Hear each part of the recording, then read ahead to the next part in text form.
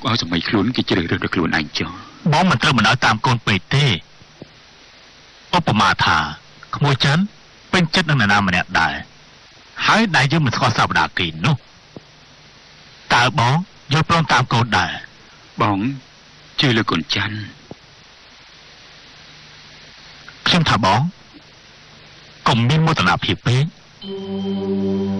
ធ្វើជាឪពុកគេបងមិនស្គាល់ពីចរិតកូនបែបណាតើគ្រប់គ្រងគេយ៉ាងម៉េចទៅបានតែបងធ្វើនេះ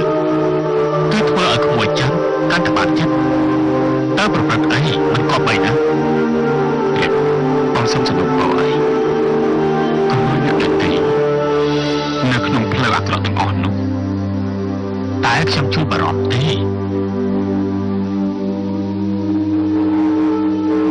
អរគុណដល់ឯងចេះជួយបារម្ភដល់គ្រួសារបងហើយបងក៏សង្ឃឹមដែរថាឯងប្រកាសជាមិនធ្វើឲ្យខុសកិត្តិយសរបស់ខ្លួនឯងដែរ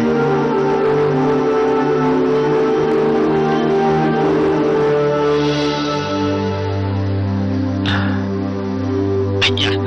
សុំទោសលើកកាយនៅទីនៅក្នុង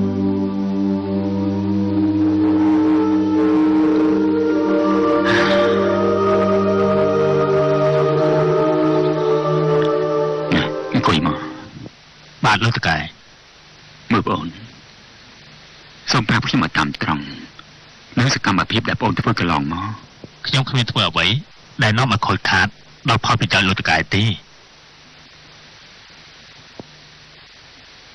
គឺខ្ញុំជួយគ្រប់គ្រងទាំងពេលវេលាហើយនិងសម្ភារៈជួយលោកតកែដោយចិត្តស្មោះត្រង់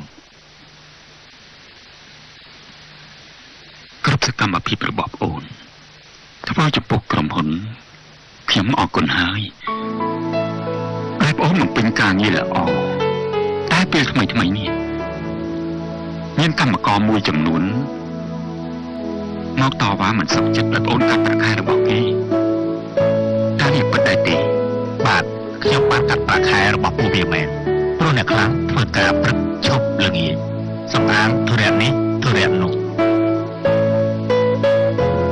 មិននឹងទៅធ្វើអ្វីមិនក៏មិនសមយោបល់ពីខ្ញុំមុនសិនបងធ្វើបែបនេះ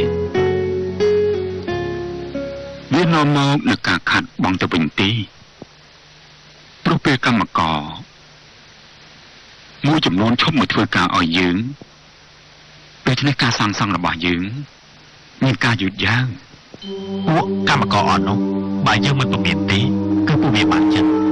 ខ្ញុំមិនចូលចិត្តធ្វើបែបនេះតែលើកនេះខ្ញុំអត់ទោះម្ដងចុះទៅវិញទៅបាទ